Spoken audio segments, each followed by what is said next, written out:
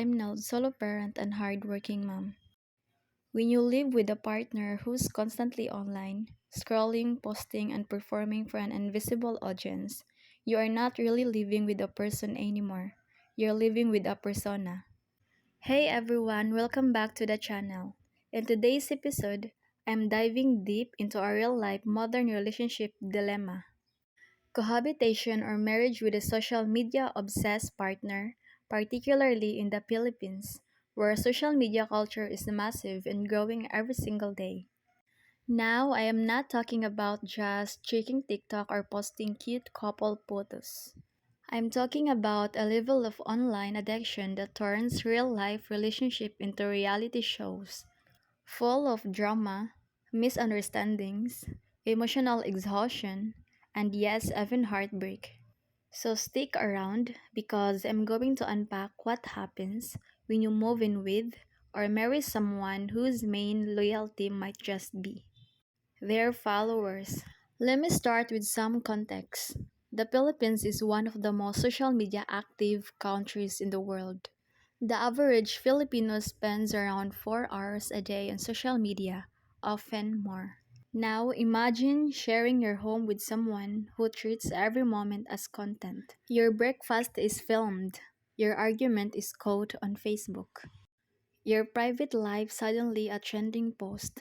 It starts small. Cute couple selfies, fun reels, travel vlogs.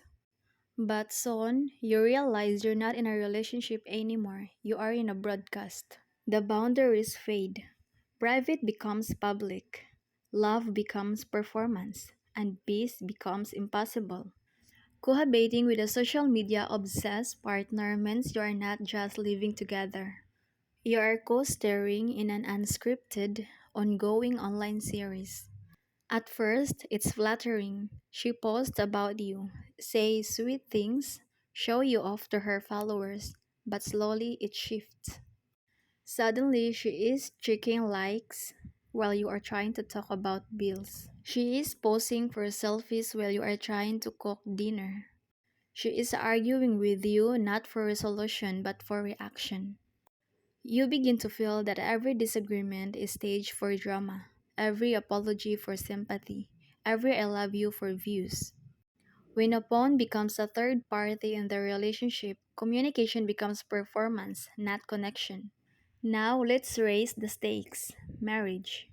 Once you're married, things should ideally settle teamwork, maturity, partnership.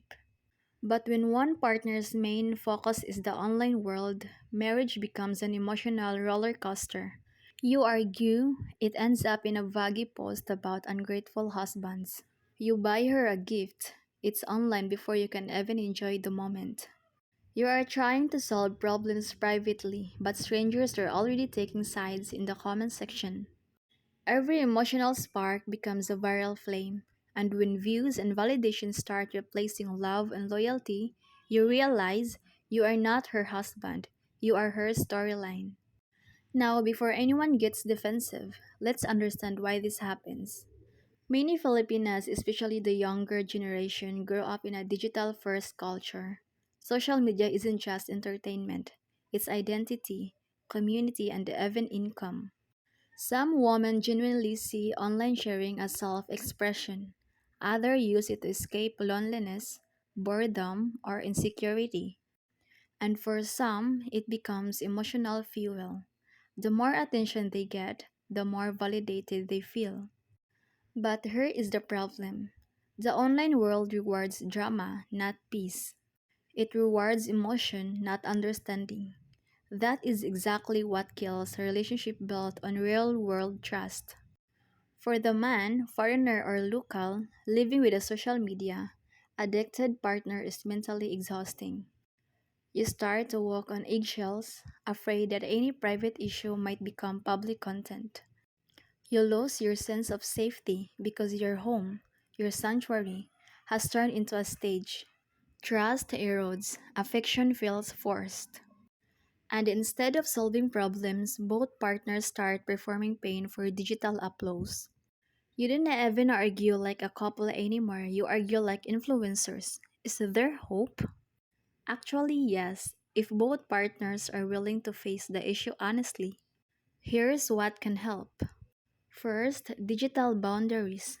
Set clear limits on what's private versus what's shareable. Second, offline time. Daily screen free hours together rebuild emotional connection. Third, mutual respect.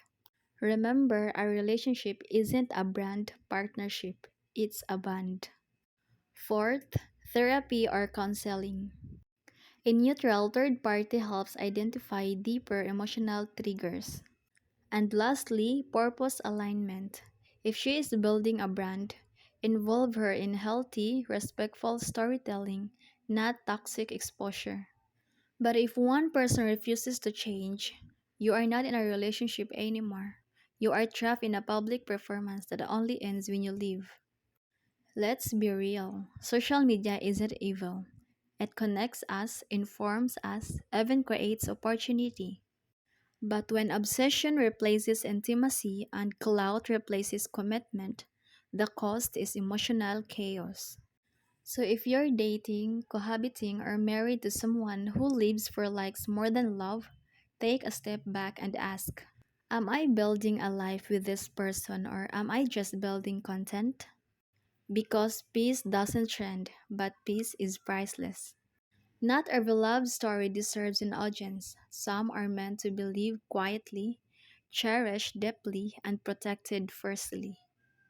If you found this talk helpful, hit that like button, share it with someone who needs to hear it, and subscribe for more grounded, real world relationship commentaries.